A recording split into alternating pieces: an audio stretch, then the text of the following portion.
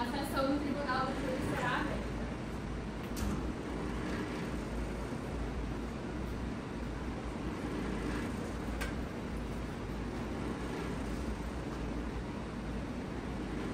Todos de pé para a entrada de Vossa Excelência. O juiz desta sessão. Pode se sentar. Estou sempre representando o Ministério Público. Areta Vencimento, precisamente.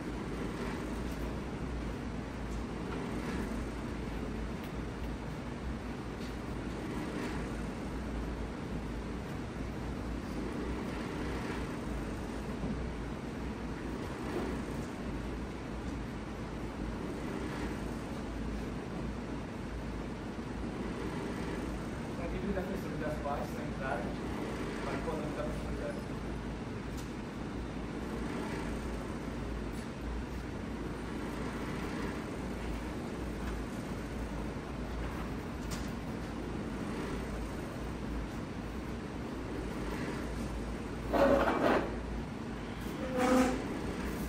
Agora solicitamos ao Ministério da Justiça que o museu das partes.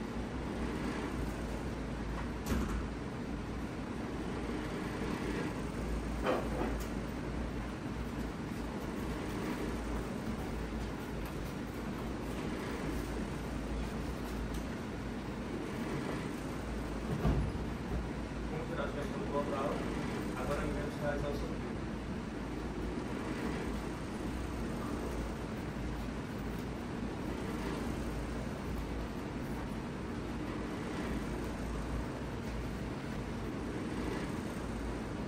Número 15.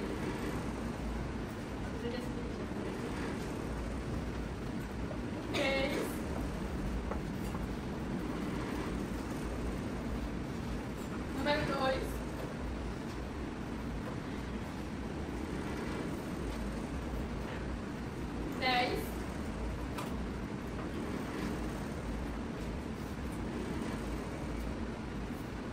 Número 7. Número 9.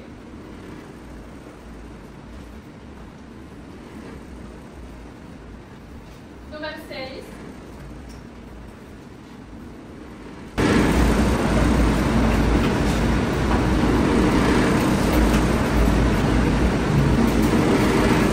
Senhoras e senhores candidatos a jurados, antes de iniciarmos a seleção, quero destacar a importância do papel que cada um de vocês vai assumir nesse momento.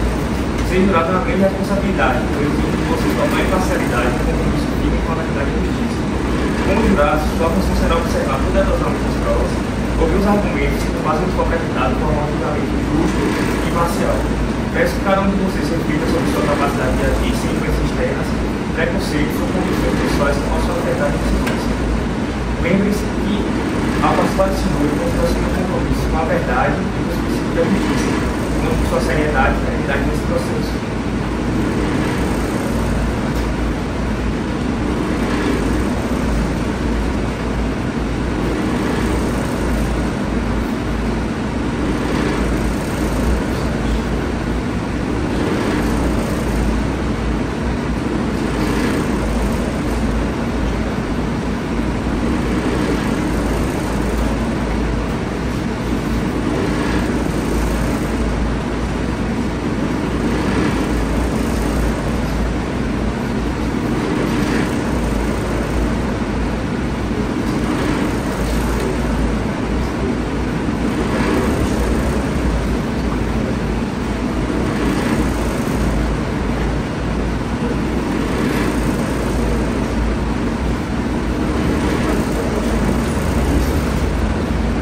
Agora o Ministério da Defensoria vai fazer as perguntas para os comentários.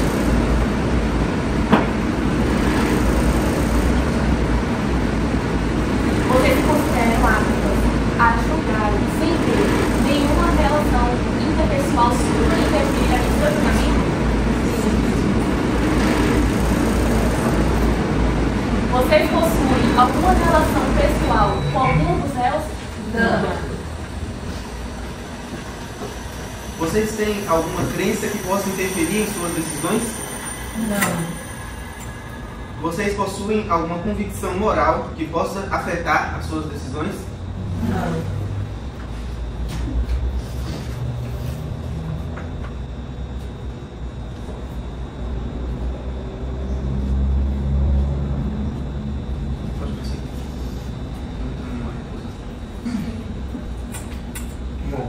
Declaro encerrado o processo de seleção dos jurados e agradeço aos candidatos que não foram escolhidos. Como todos puderam participar, destaco a responsabilidade de analisar os fatos e decidir com justiça e imparcialidade. Agora peço que todos os jurados fiquem de pé e levantem a mão direita.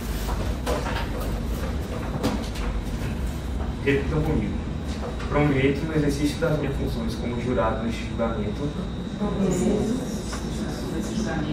agir com imparcialidade, ouvir atentamente as provas apresentadas e decidir com base na verdade e na justiça, conforme as leis aplicadas. Podem abaixar suas mãos e tomar seus assentos. Agradeço a todos pelo compromisso assumido pelo tribunal. Daremos agora continuidade ao julgamento. Declaro aberta essa sessão do Tribunal do Júri. Vão ser submetidos a julgamentos réus com base no ato cometido contra a vítima Roger Whitmore, onde no início de maio do ano de 4.899 realizaram a expedição para a caverna e natureza das práticas da sociedade espeleológica. Enquanto se encontravam remotamente entrada da caverna, ocorreu um deslizamento de terra, em decorrência de grandes pedras bloquearam a única saída vencida da caverna.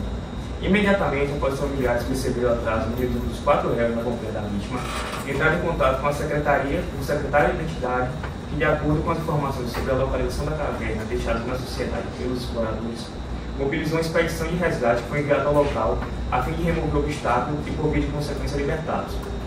Como a tarefa revelou-se extremamente difícil, tornou-se necessário suplementar as forças de resgate.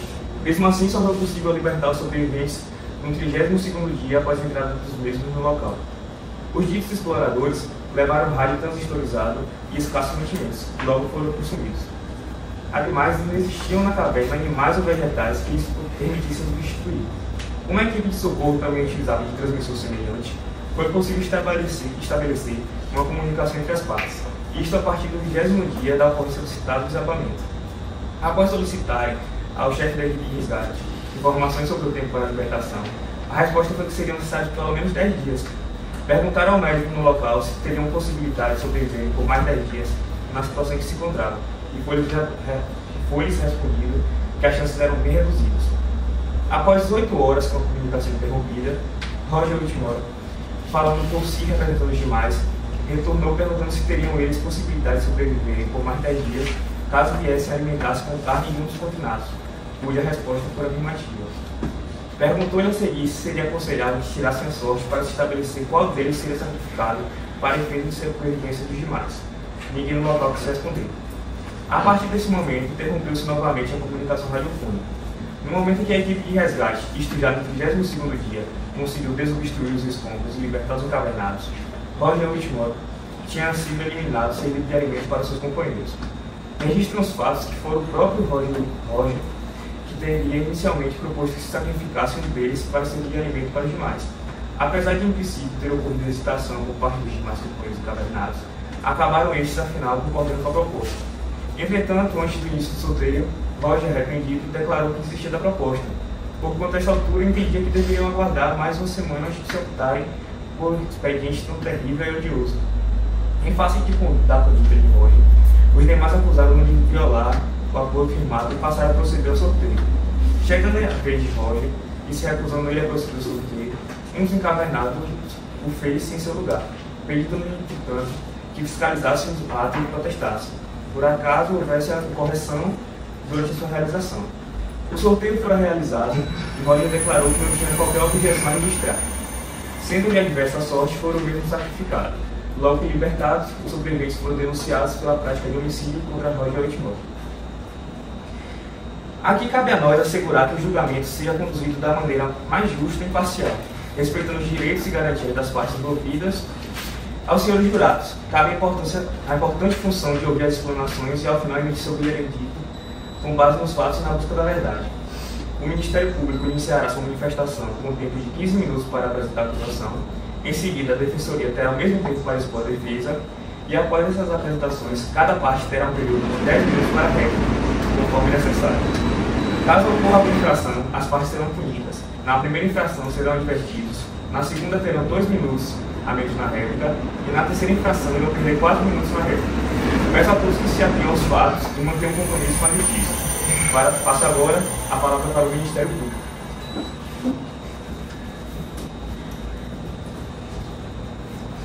Saúdo primeiramente ao Meritíssimo, à Defensoria Pública e aos demais aqui presentes. Bom, em primeira análise, é importante dizer em que se enquadra a prática dos réus. Para isso, cabe a mim citar o artigo 18 do Código Penal em seu inciso 1º, que diz assim: crime doloso é a conduta criminosa em que o agente quis ou assumiu o resultado. E é por esse motivo que nós estamos aqui. O homicídio doloso foi cometido pelos réus aqui presentes. Bom, além disso, elas violaram o direito à vida, pois a vida é o bem jurídico mais importante e protegido pelo nosso sistema jurídico brasileiro. Lá no artigo 5º, no caput da Constituição Federal de 1988, a nossa atual Constituição, irá falar que é inviolável o direito à vida e que é garantido essa inviolabilidade.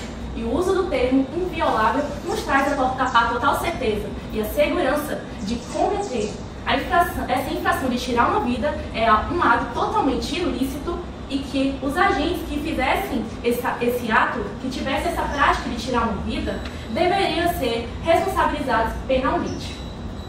Bom, também é importante citar, ainda no artigo 5º, em seu caput, que diz: todos são iguais perante a lei, sem distinção de qualquer natureza. Sendo assim, não podemos dizer que a vida dos réus aqui presentes era mais importante do que a de Wetmore. Todos eles valiam igualmente, preciosamente, para o nosso sistema jurídico. Então não podemos permitir que haja uma hierarquia de vidas aqui hoje. Pois, assim como a minha vida é muito importante para o sistema jurídico, a sua vida, a nossa vida também é muito importante. Todos possuem o mesmo valor. Ademais, também é importante citar sobre o caráter delas. O caráter desses réus aqui presentes nos mostra, através de sua atitude, que elas agiram com falta de virtude, de princípios e também não praticaram a justiça da melhor forma possível. Elas contrariaram o direito à fala de Wetmore, não se importaram com a opinião oposta deles, segundo o plano planejado do sorteio. E esse sorteio nos traz uma sensação de democracia, inicialmente, até observarmos que o Wetmore já não queria mais participar. E ele expressou isso antes de iniciar o sorteio. E mesmo assim, os réus o ignoraram e invalidaram a sua opinião, fazendo com que de nada valesse a opinião de Wetmore.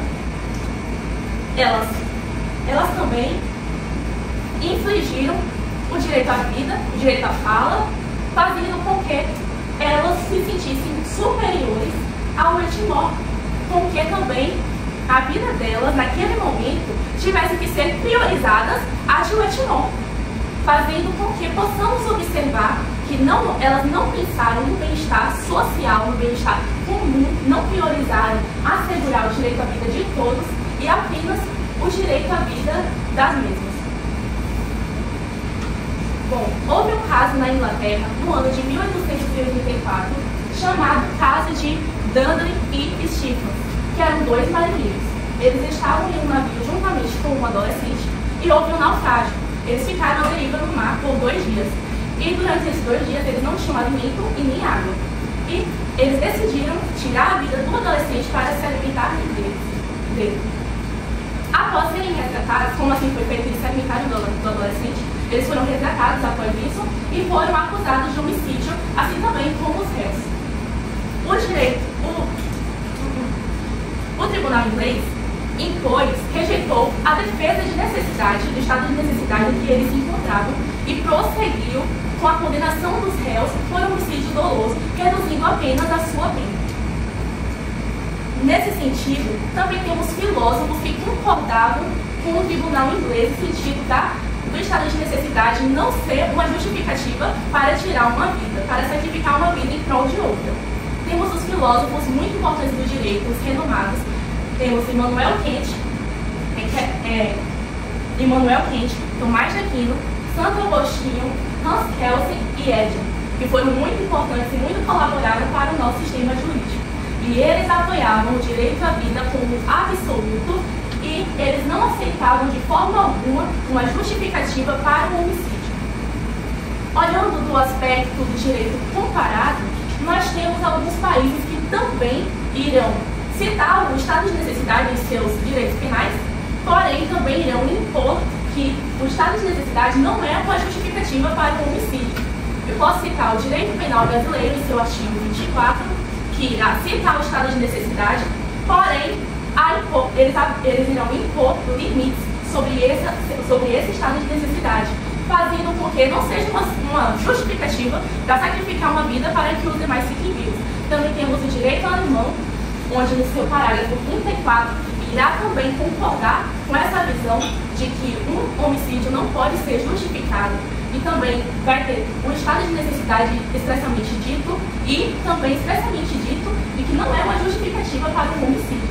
Temos o direito estadunidense, o francês e o italiano, e especialmente o dos Estados Unidos irá citar esse caso que contém da Inglaterra como uma base para que eles também continuem com a visão de que o precedente deles não é um homicídio justificado, e sim que o estado de necessidade sirva como uma garantia para situações adversas, porém não a justificativa para a retirada de uma vida, pois assim também a vida deve ser protegida acima de tudo, acima de qualquer outro direito, a vida deve ser protegida.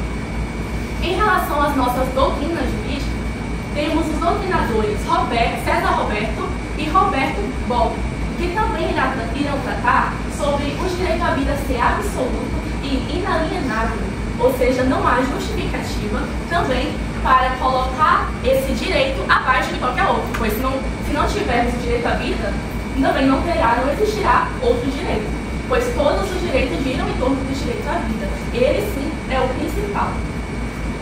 E a nossa norma jurídica, a nossa Constituição Federal, ela nos garante a inviolabilidade desse direito, como já foi dito. Então, como a mesma Constituição que nos garante a inviolabilidade do direito, irá permitir que, em alguns casos extremos, esse direito seja violado, como ela poderá proteger alguém que tirou uma vida para que estivesse viva e também proteger o nosso direito de estarmos vivos em detrimento de outro? Isso não existe. Ela não pode dizer que você deve ter o direito à vida e ao mesmo tempo que você tem o direito de tirar outra vida para salvar a sua. Isso não faz sentido para mim. A minha Constituição ela é perfeita, ela não se contradiz. A nossa norma jurídica ela está acima de todas as leis. Então as outras são infraconstitucionais, elas estão abaixo. E todas devem girar em torno da nossa Constituição. A nossa Constituição é a base, é ela que nos direciona e nos dá o direcionamento à justiça, aos nossos direitos. A nossa Constituição deve ser respeitada e jamais poderíamos insinuar de que a mesma irá se contradizer. Isso é um desrespeito à minha Constituição, que hoje está aqui para garantir o direito à vida de onde morte já foi retirado e fazer justiça por esse ato ilícito, contra esse ato ilícito, para que no futuro isso não venha a ocorrer com a legalização de um homicídio justificado, pois também irá ferir os princípios morais e sociais do nosso sistema jurídico. E assim eu finalizo a minha acusação.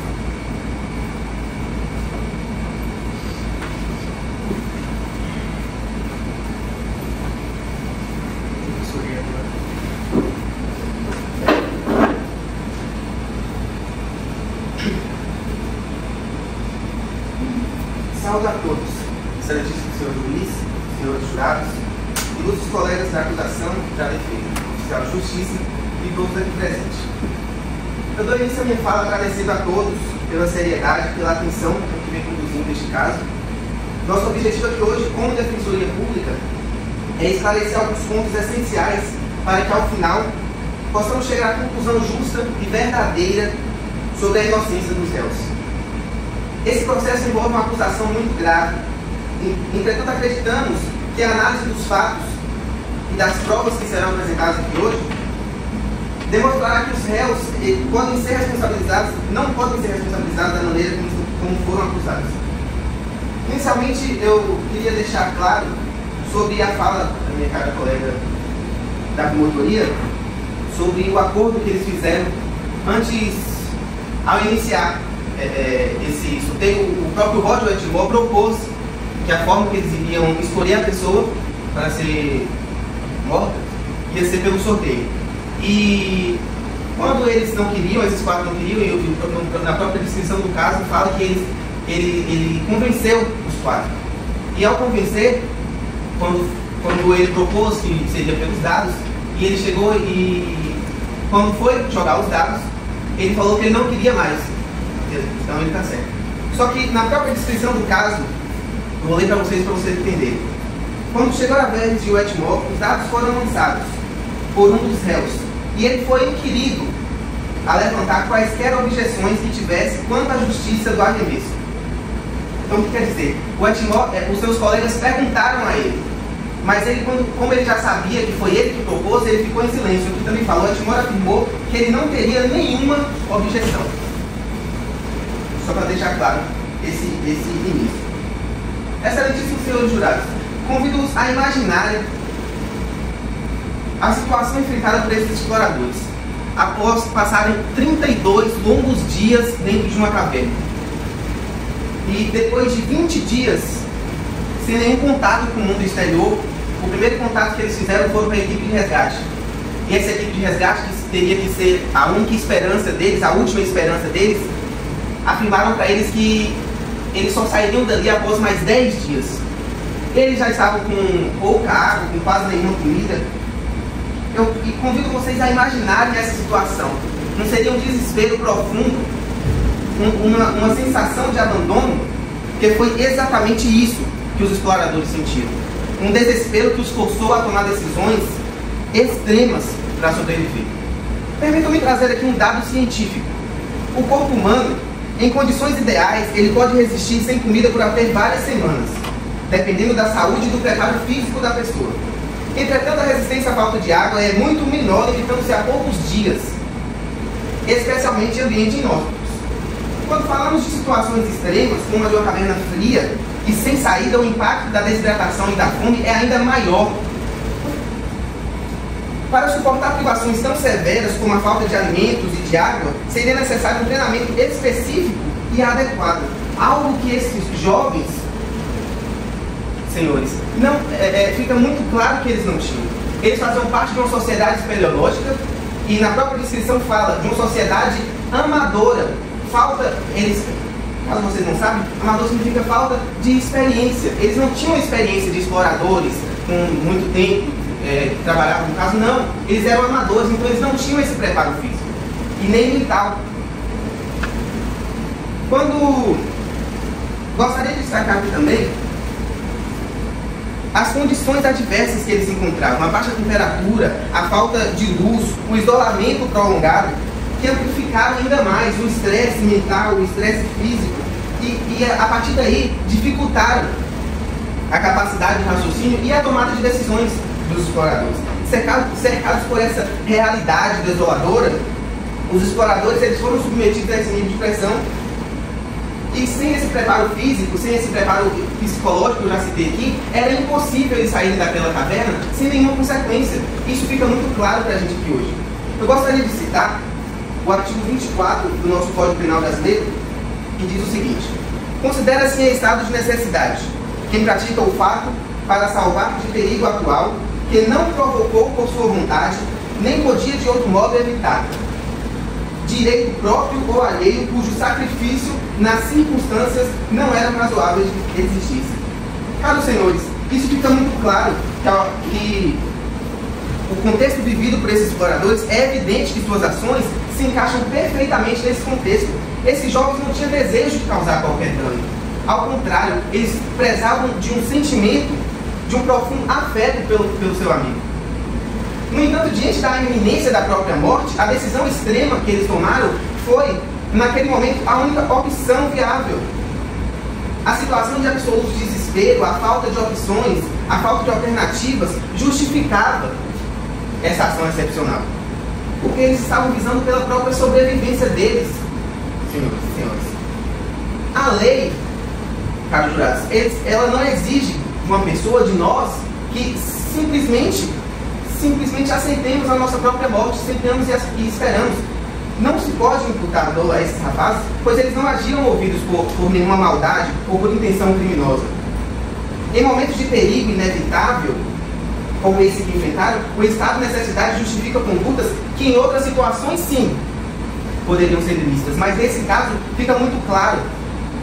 Assim, peço que considerem essa situação excepcional, em que esses exploradores se encontravam, como já foram descritos anteriormente, e avaliam com humanidade e justiça o ato desesperado que eles foram forçados a tomar.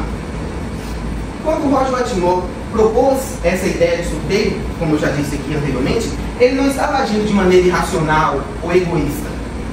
Pelo contrário, ele teve que agir, ele teve a coragem de sugerir essa alternativa, por mais extrema que fosse, todos nós concordamos, daria uma chance de sobrevivência ao grupo.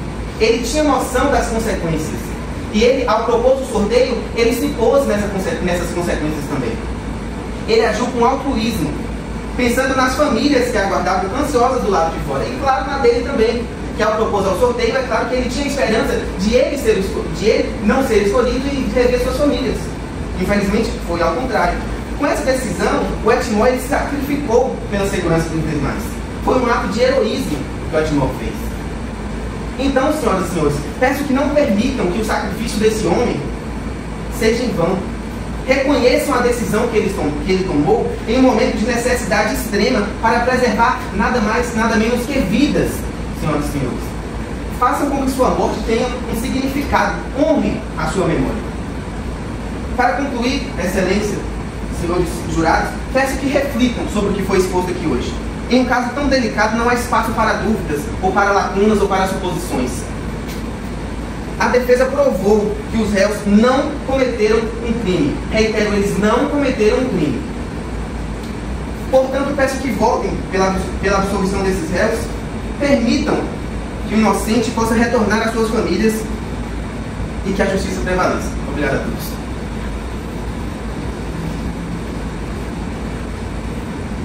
Com as manifestações encerradas, agora darei início às perguntas. Começando com a pergunta.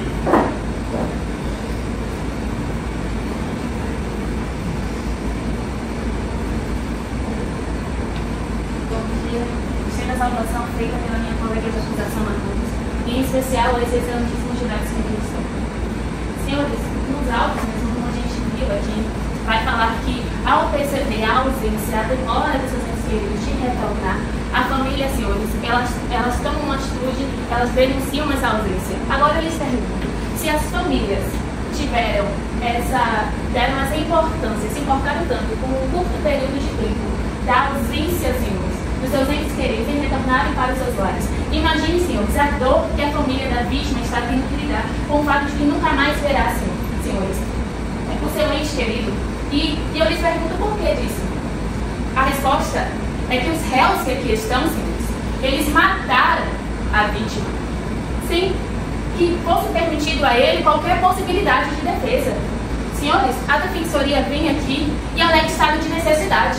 Mas o que a defensoria esqueceu de mencionar, estado de necessidade, não existe conduta diversa da feita. A defensoria vinha alegando como se a única saída deles fosse matar o seu colega. Como a defensoria mesmo falou que os réus consideravam Roger como um amigo.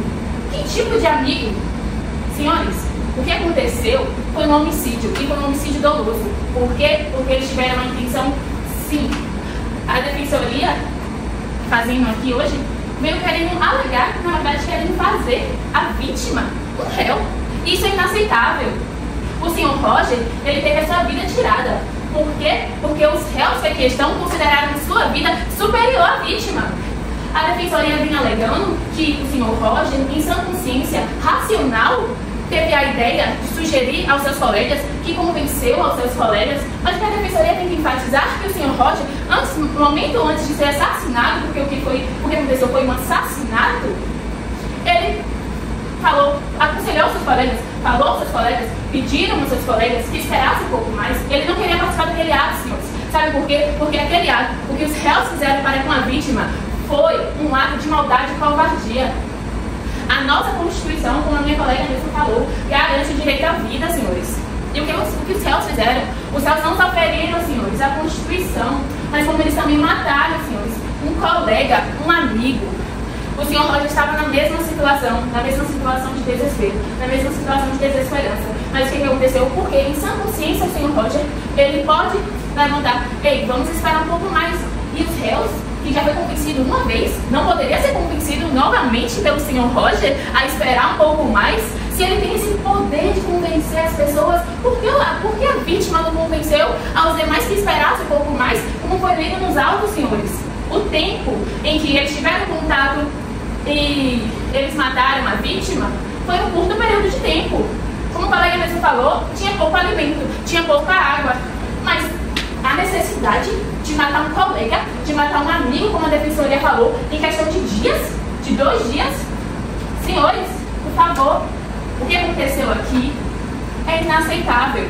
O que aconteceu naquela caverna é inaceitável. Aquilo ali foi um ato de maldade. E os réus pensaram sim, senhores. Senhores, 4 pessoas se juntaram para tirar a vida de um homem. Quando essa sessão aqui terminar, senhores, nós retornaremos para os nossos lares, nós retornaremos para nossas famílias. Mas sabe quem não terá essa possibilidade, senhor? A vítima. Foi tirado isso dele. Aí a defensoria vem aqui e alega que foi um ato de heroísmo, que ele cedeu a sua vida. Senhores, como mesmo foi falado, ele se importava com a família dele. A família dele tinha relevância, tinha valores.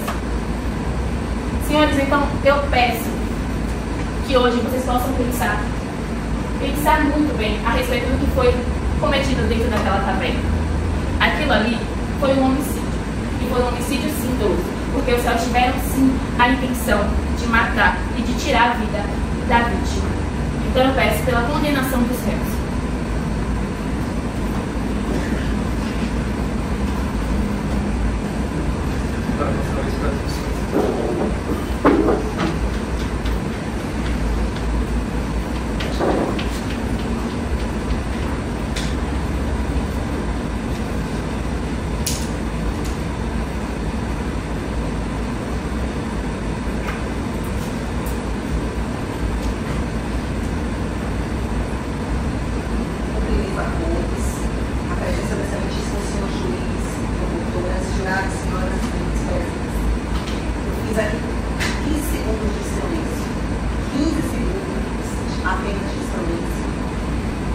Observem como isso nos incomoda. Quantas coisas passaram pelas nossas cabeças em 15 segundos. Provavelmente já esqueceu o que está acontecendo, se perdeu alguma coisa, com certeza, certamente passou pela mente de vocês esses 15 segundos. Imaginem vocês dentro de uma caverna escura, aquela caverna que nós trouxemos, ela está com a luz. Mas imaginem 22 dias dentro daquela caverna. Essas pessoas que estão aqui, eu não consigo chamá-las de assassinos. Para mim, essas 4 pessoas que estão aqui são sobreviventes, senhoras e senhores. São sobreviventes. Esse acordo, na verdade, para iniciar bem a nossa fala, vamos falar um pouquinho de tudo que acontece no nosso cotidiano quando nós estamos aqui no ar-condicionado, estamos indo bem, vamos sair daqui, vamos voltar para as nossas casas, para as nossas famílias. Mas imagine essas pessoas que elas não tinham lá, passaram 22 dias dentro de uma caverna escura, sem alimentação, passando muitas questões psicológicas, avaliando muitas coisas, a amizade, avaliando sua sobrevivência. 22 dias, até que eles aguardaram 22 dias para tomarem uma decisão. E quando conseguiram falar com o mundo externo, quando conseguiram esse contato, depois de já estarem no seu limite dos seus corpos, do seu psicológico, senhoras e senhores, não se restou nenhuma outra opção. A única opção era sobreviver. E como se sobreviver? No local inóspito desse. Calor, frio, fome, pânico, ansiedade, sem perspectivas de sair dali de dentro. Essas pessoas passaram 32 dias sobrevivendo, eles não são criminosos, não há sequer nada que desabone a conduta deles, eram pessoas da sociedade, não eram residentes. eram amigos que estavam ali, não são assassinos. Olhem bem, todos têm família, todos têm direito a voltar ao seu convívio, porque não são assassinos. Pensem sempre nisso, são sobreviventes. Nossos 4 sobreviventes que estão aqui. Esse acordo, quando foi proposto, ele não foi proposto pelo mais novo, pelo mais velho, quem poderia ter mais idade, ou o mais novo, como a colega falou, deu um exemplo de um adolescente que foi morto. Não, ele simplesmente foi um pacto aceito por todos, foi uma sugestão e foi aceito. Teria que ser esse acordo justo, porque todos teriam que participar e todos aceitaram. As evidências são mais claras, pois elas comprovam o sacrifício da vida de um companheiro com uma única intenção, que era sobreviver. Poderiam ser eles, poderiam não ser, poderia ser o Roger, poderia ser outro, poderia ser qualquer um deles. Um deles abriu mão em prol dos outros. Não estamos falando aqui de vingança à toa, nós estamos falando de justiça. Vamos fazer justiça. Eu conto com a justiça. Somente a justiça. Não cabe à sociedade externa, nem mesmo ao júri aqui presente, esperar uma atitude diferente da tomada, pois em um momento de lucidez, o senhor Roger, antes de tomar qualquer decisão, resolveu se sacrificar. E nenhum médico, juiz, autoridade, nenhuma autoridade governamental, nem integrante da missão de salvamento ou sacerdote ali presente se atreveu a responder. Todos se omitiram. Portanto, está invocada aqui a excludente de culpabilidade devido ao erro de proibição que foi dado pelo silêncio. Os exploradores viram-se descobertos da proteção do Estado. Logo, provavelmente, deveriam estar descobertos de suas regras aqui fora também. Com qual legitimidade o Estado acusam esses 4 sobreviventes? O Estado teve a oportunidade de prevenir a conduta, tida hoje por eles como odiosa. E essa foi, sem dúvida, a última missão que eles tiveram, pois tudo foi feito a fim de se aguardar o resgate. Mas o mesmo Estado que agora tenta condenar, foi aquele que se omitiu, mesmo sabendo o terror e a necessidade extrema pela qual passavam os réus, não deixando outra escolha, a não ser a drástica que tomaram. Portanto, não havia uma solução diversa da tomada.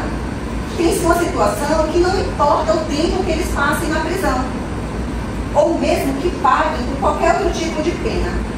Porque, no final do cumprimento de suas sentenças, não davam mais nem para o Estado e nem para a sociedade. Ainda assim estariam com o peso da culpa e as fortes cenas protagonizadas por eles naquela caverna, ao tirarem a vida de um amigo com o intuito de alimentar esse deles.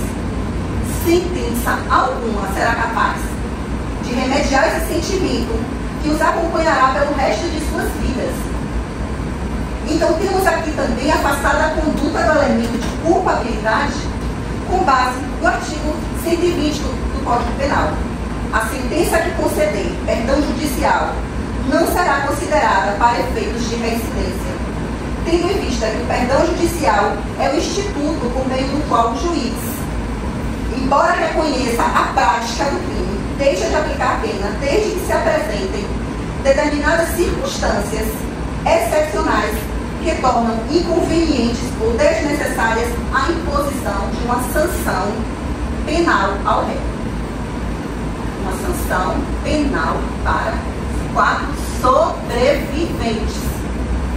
Ora, se nós formos analisarmos o caso, nós podemos dizer que foi um sucesso e que nós estamos aqui diante de 4 pessoas que sobreviveram a esse caos.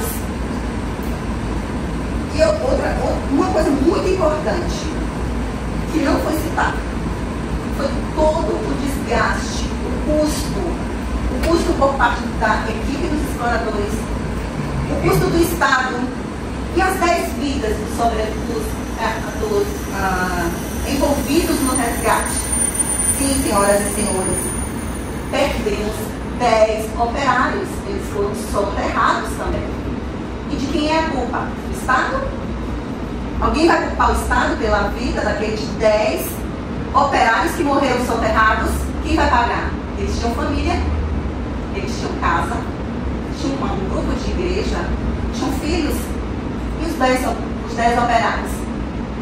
Mas os 10 operários morreram por quê? Para salvar, para trazer de volta os sobreviventes. E o que é que nós estamos fazendo aqui? O que é que o Estado, na presença das próprias promotoras, está tentando fazer aqui? Levá-los de volta para cumprir mais uma pena. Então, eu pergunto, qual é o objetivo dos excessivos gastos?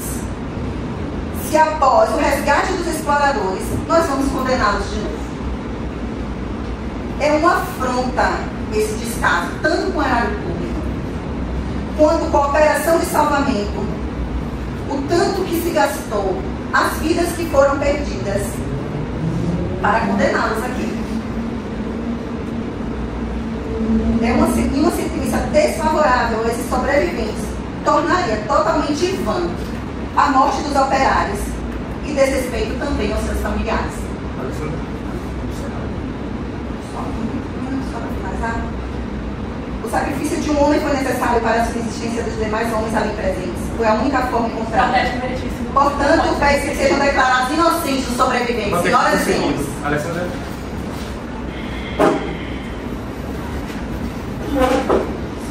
Com as exposições concluídas, solicito ao oficial de justiça que acompanhe os senhores jurados até a sala de deliberação, onde poderão pensar sobre o caso em sigilo e decidir sobre o veredito. Ao preencher suas cédulas, indiquem apenas uma opção, válido ou inocente, com base nos fatos apresentados. Lembro que devem proceder com a máxima imparcialidade e compromisso ao buscar a verdade.